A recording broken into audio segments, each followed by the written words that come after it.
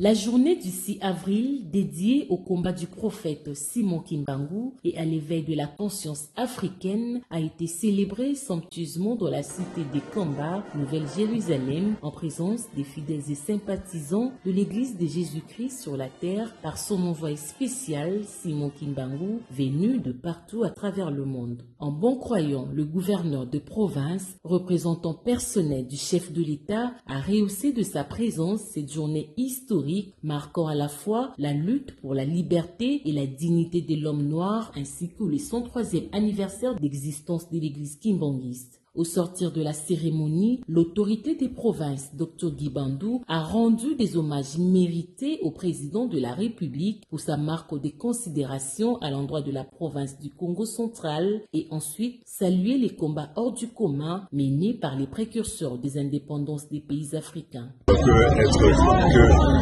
heureux de cette journée, fier. Pour l'occasion, nous ne pouvons que remercier son Excellence M. Félix Antoine Tshisekedi d'avoir honoré cette journée du 6 avril. Alors, l'intériorisation du message que ce n'est pas seulement un jour festif, mais ça devrait être un jour de méditation aussi. Parce qu'il y a un homme qui s'est sacrifié pour que les populations qui, à l'époque, étaient sous le joug colonial, comme vous le savez, sous l'occupation coloniale, il s'est sacrifié pour que les communautés de l'époque et toutes les générations futures puissent être libérées. Non seulement une libération physique, mais aussi une libération spirituelle.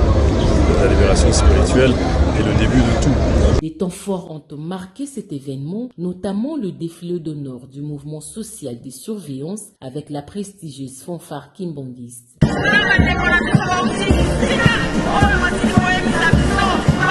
Plusieurs personnalités politico-administratives, tant nationales qu'internationales, ont répondu présents à cette cérémonie, parmi lesquelles l'ancien vice-ministre de la République du Ghana, le président de la Commission électorale nationale indépendante, les élus du peuple, les représentants des confessions religieuses, les membres de corps diplomatiques, ceux du gouvernement provincial et les membres du Conseil provincial de sécurité, les directeurs généraux des entreprises étatiques et non étatiques, les représentants du pouvoir coutumier ainsi que d'autres invités de marque.